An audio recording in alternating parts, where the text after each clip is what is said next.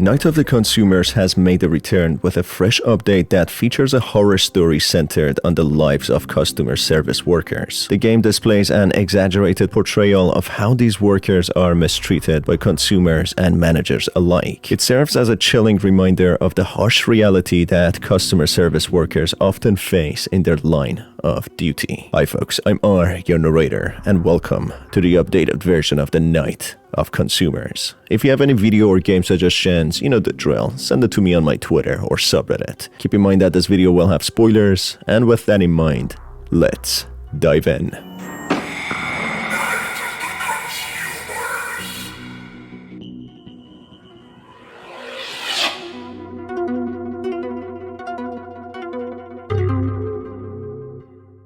The new employee arrives for his first day of work, but unfortunately, he's running a little late. He's greeted by an annoyed and intimidating manager who doesn't seem too pleased with his tardiness. The manager stresses the importance of doing a good job and minimizing mistakes, reminding the employee that the store has a reputation to uphold and is considered the best in town. Feeling flustered, the new employee is then tasked with finding Jimmy, a loyal employee who will show him the ropes.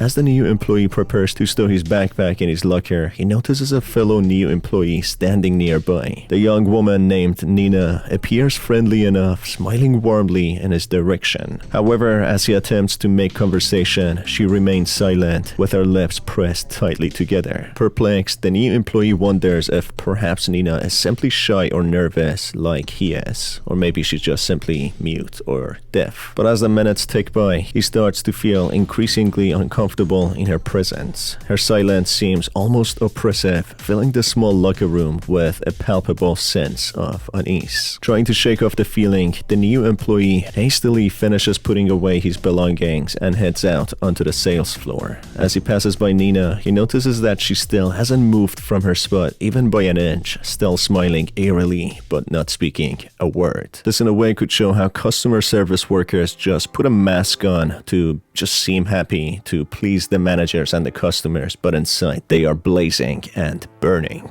Maybe Nina has been in it for so long to the point that she's just stuck in there and not able to even express what's really going on inside her burning self. As he makes his way through the staff room, he spots Jimmy frantically trying to evade a group of enraged customers who seem to behave like zombies. They chase after him, screaming and reaching out for him, while he tries to dodge them and make his way to the safety of the staff room. When he finally catches up with the protagonist, with the zombie-like customers seemingly being allergic to the staff room and not coming in, he looks pale and sick, and he starts to vomit, clearly unable to cope with the stress and chaos of the job any longer. Through his gasps and heaves, Jimmy explains the ins and outs of working at the store, handing over his guidebook with tips and tricks on how to survive the shop floor he's learned over time. He emphasizes the importance of staying alert for potential dangers, but it's clear that the job has taken a toll on him, and as soon as he finishes his speech, he bolts for the back door, leaving the protagonist alone to face the horrors of the job. The notes hint how to survive the shift and also warn the protagonist to be aware of the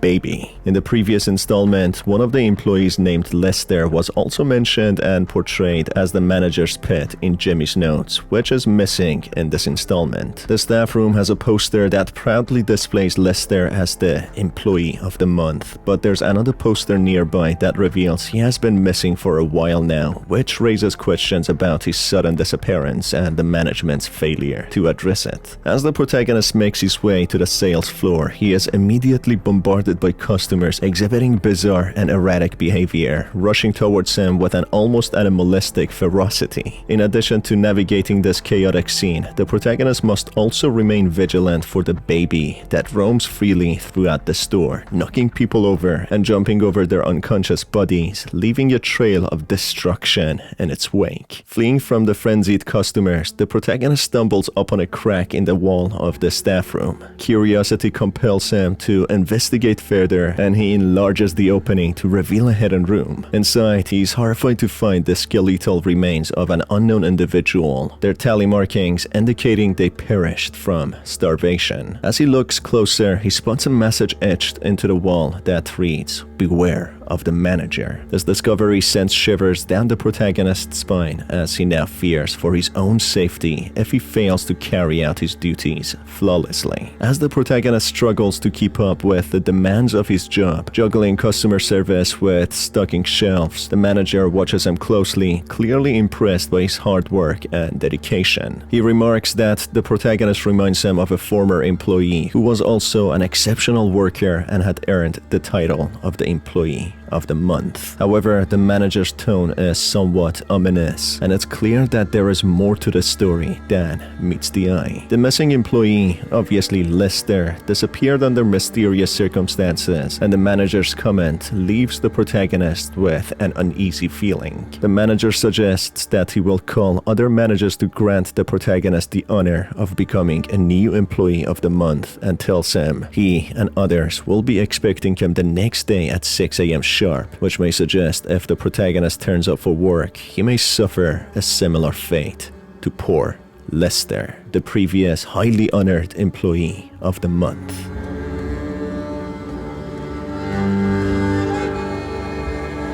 After a long day at work, the protagonist returns home to find a creepy-looking Teletubby doll waiting for him at home, which is of course available for purchase at the store. The words "Don't go back" written on the fridge, an old poster for Scully's house of jump scares on the wall, and games on the shelf with the name Hunted seem to warn him not to return to work, especially after discovering a hidden room with human remains on his last shift. Despite the eerie signs, a bell reminding him of his rent due date forces him to consider returning to work, where he risks being mistreated once again. As he opens the door to his apartment, a pizza delivery guy dressed in a pizza costume greets him with a cheerful song and dance. The protagonist, however, is rude and dismissive towards the delivery guy and closes the door directly in his face without uttering a single thank you, causing him to voice his frustration about the lack of respect and integrity in his line of work. This in a way could suggest how there's a cycle of rudeness, the protagonist having to put the fake smile like Nina does while burning inside and about to burst, enduring all the rudeness from the customers and just going back home to reflect and project it to other poor service workers. Throughout the game, there are many hidden messages and Easter eggs, such as a puppet attached to the protagonist's backpack, which is a character from a game of Baldi's Basics in education and learning. There are also cans of dog food labeled as food for cats. Products also have messages indirectly nudging the protagonist, such as "You're wasting your life and get out." One staff door is locked and covered with a padlock and chain, hinting that something may have happened there that the manager wants to keep hidden from the employees. Despite all the ominous warnings, the protagonist faces the difficult decision of whether to return to work or risk being evicted from his apartment. Based on the information provided, it's difficult to know for sure what happened to Lester and what the manager's involvement may be until we get more updates to the story. However, as I mentioned in the original video I made about the night of the consumers, Lester possibly had enough with the constant stress and ridiculous demands of the manager, deciding to quit not to waste away any longer. The manager, who clearly regarded to Lester as the best employee ever, who carried the reputation of the store on his shoulders, couldn't just simply come to terms with letting him leave, as the reputation of his store depended completely on him. Therefore, he did what any psychotic, egotistical person would do, caring only about reputation, locking poor Lester in a hidden walled-up room in the staff room, so Lester wouldn't get away. This leads to the inevitable end of Lester, who dies in the hidden room, counting the days he was trapped by tally markings until his premature death.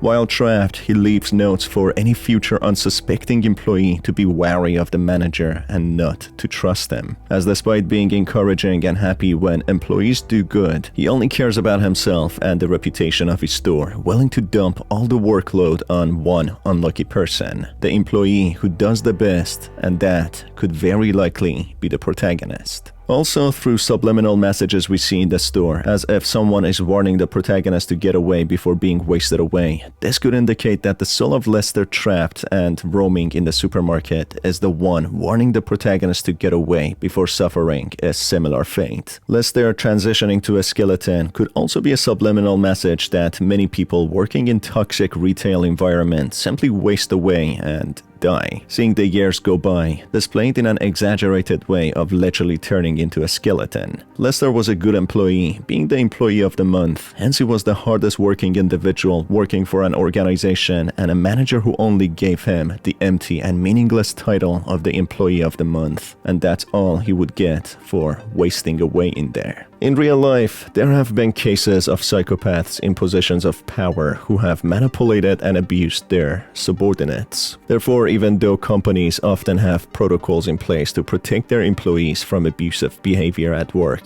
it doesn't always work as intended. Or to be honest, hardly does. The portrayal of customers in the game could be a commentary on consumerism and its impact on society. The customers in the story are depicted as zombie-like, aggressively chasing after the protagonist and displaying strange behavior. There are also rolls of toilet paper on the shop floor, suggesting what had happened to people and how crazy they became over toilet paper shortages during you know what. This could be interpreted as a criticism of how consumerism can turn people into mindless, obsessive shoppers who are willing to do whatever it takes to acquire the products that they desire, with absolute lack of consideration to others around them and the customer service workers. The messages that the protagonist notices throughout the game, like "get out" or "you're wasting your life away," function as warnings that could be seen as a plea to leave the job and escape the toxic and dangerous environment of the store.